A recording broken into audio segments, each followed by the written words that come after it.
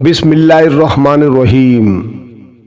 مسجد نمازیوں سے بھری ہوئی ہے، صفوں میں لوگ کھڑے ہوئے ہیں، سب کی پیشانیاں سجدوں سے روشن ہیں، مگر کیا سب کے دل بھی اتنے ہی صاف ہیں؟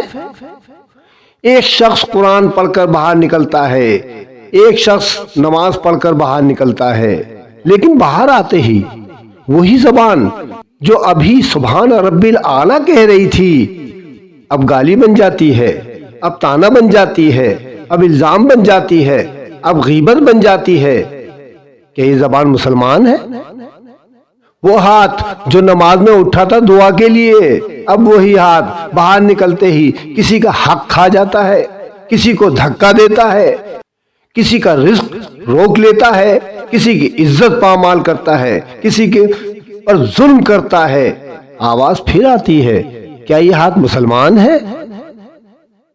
جبکہ ہمارے پیارے نبی حضرت محمد مصطفیٰ صلی اللہ علیہ وآلہ وسلم نے ارشاد فرمایا، مسلمان وہ نہیں جو صرف نماز پڑھے، روزہ رکھے، حج کرے، زکوٰۃ دے اور نیک اعمال کرے، بلکہ مسلمان تو وہ ہے جس کے ہاتھ اور زبان سے دوسرا مسلمان محفوظ رہے۔ محفوظ، ڈرا ہوا نہیں، زخمی نہیں، رسوا نہیں، بلکہ صرف اور صرف محفوظ۔ آج ہم کہتے ہیں میں تو کسی کو مارتا نہیں، مگر زبان سے قتل کر دیتے ہیں۔ کہتے ہیں میں نے ہاتھ نہیں اٹھایا، مگر انگلیوں سے ٹائپ کیا گیا لفظ کسی کی زندگی توڑ دیتا ہے۔ کیا میرے ہاتھ سے کوئی محفوظ ہے؟ کیا میری زبان سے کوئی محفوظ ہے؟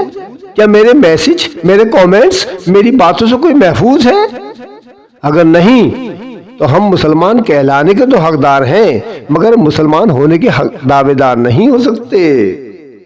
اے اللہ، ہماری زبان کو ذکر بنا دے، ہمارے ہاتھوں کو رحمت بنا دے، اور ہمیں وہ مسلمان بنا دے جن سے لوگ ڈرے نہیں بلکہ محفوظ رہیں۔ آمین یا رب العالمین۔